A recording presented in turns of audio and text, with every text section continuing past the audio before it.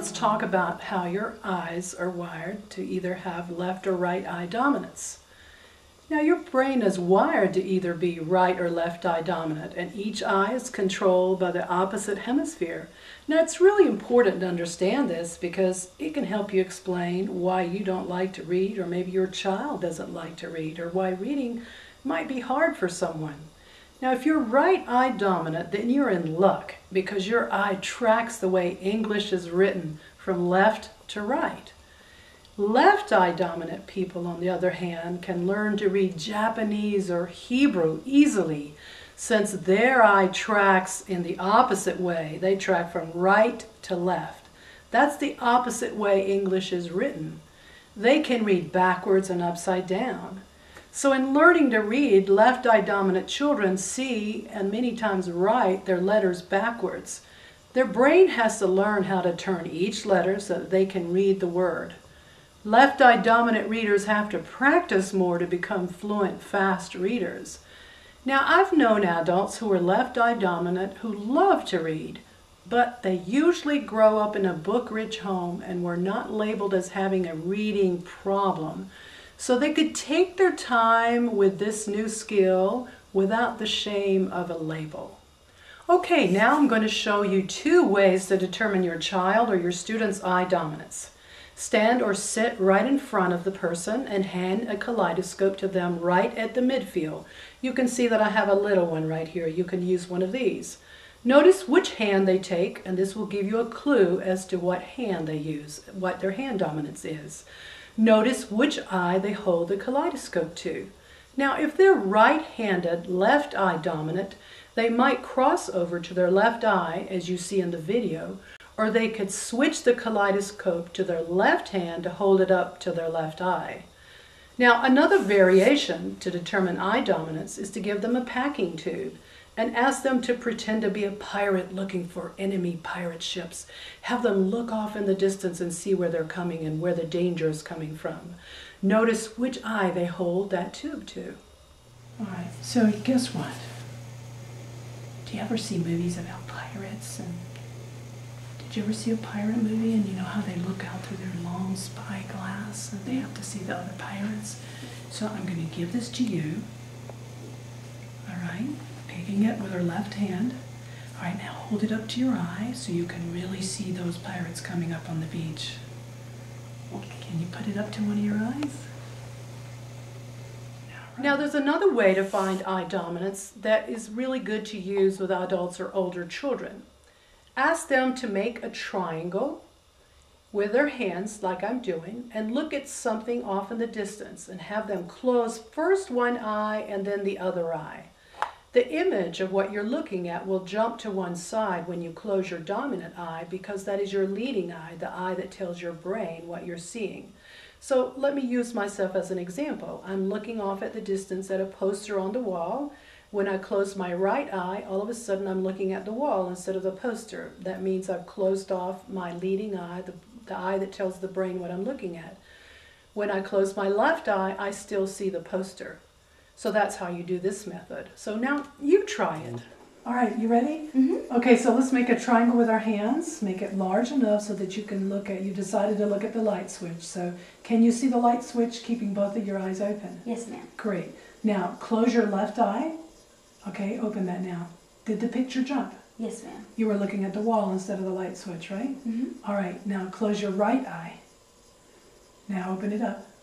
Anything happen?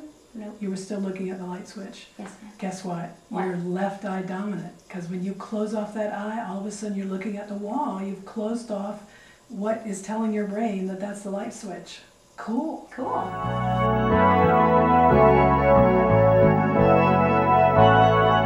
Now, just like with your eye, your brain is wired to have a dominant right or left ear.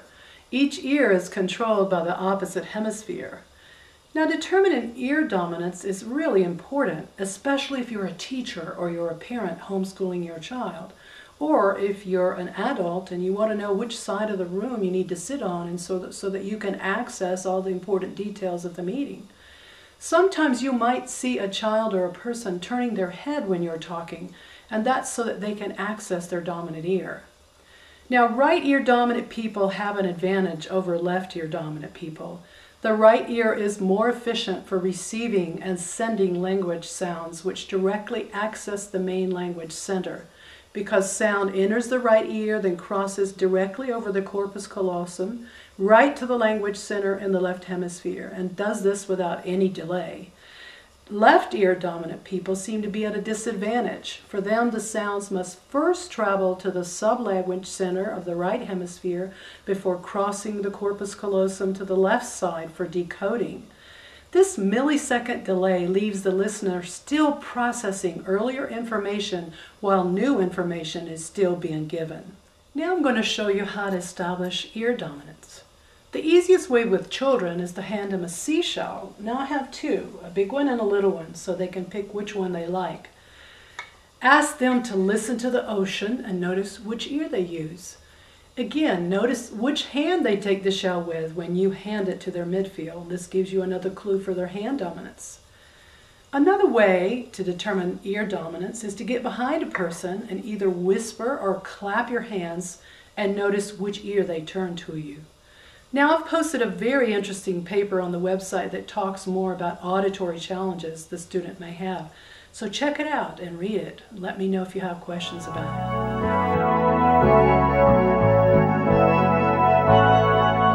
Now let's talk about getting hand dominance.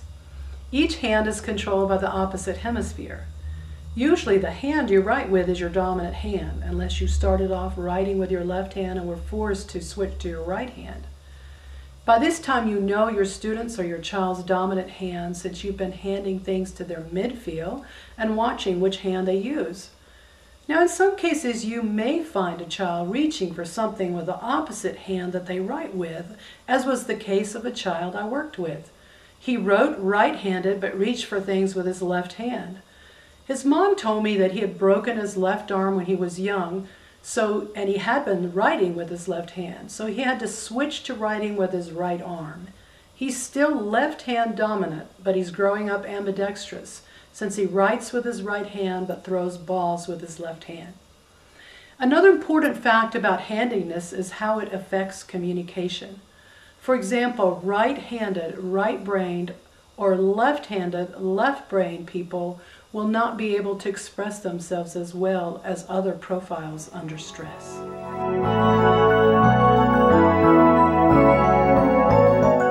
Now we'll explore how to find the dominant foot.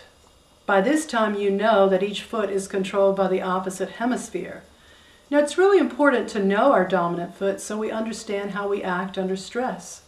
When the dominant foot is on the same side as the dominant hemisphere, for example, if a person is right-brained, right-footed, the person will have difficulty moving forward under stress. When stressed, they'll tend to stop in their tracks, unable to take immediate physical action. They may hold back or experience clumsiness. In contrast, a person with their dominant hemisphere opposite their dominant foot will continue to take action under stress, maybe feeling like they're running around like a chicken with its head cut off still, but they tend to plow through. Their actions may be non-productive though. Now I'll show you two ways to establish foot dominance. One is to step up on a stool or ask a child to step up on a stool and notice which foot you use. The other is to fall forwards or backwards to see which foot you catch yourself on. The foot you catch yourself on is your dominant foot. You can also ask someone to gently push you forward. If you're overthinking that too much, ask them to come up behind you and push you gently forward to see which foot you step out on.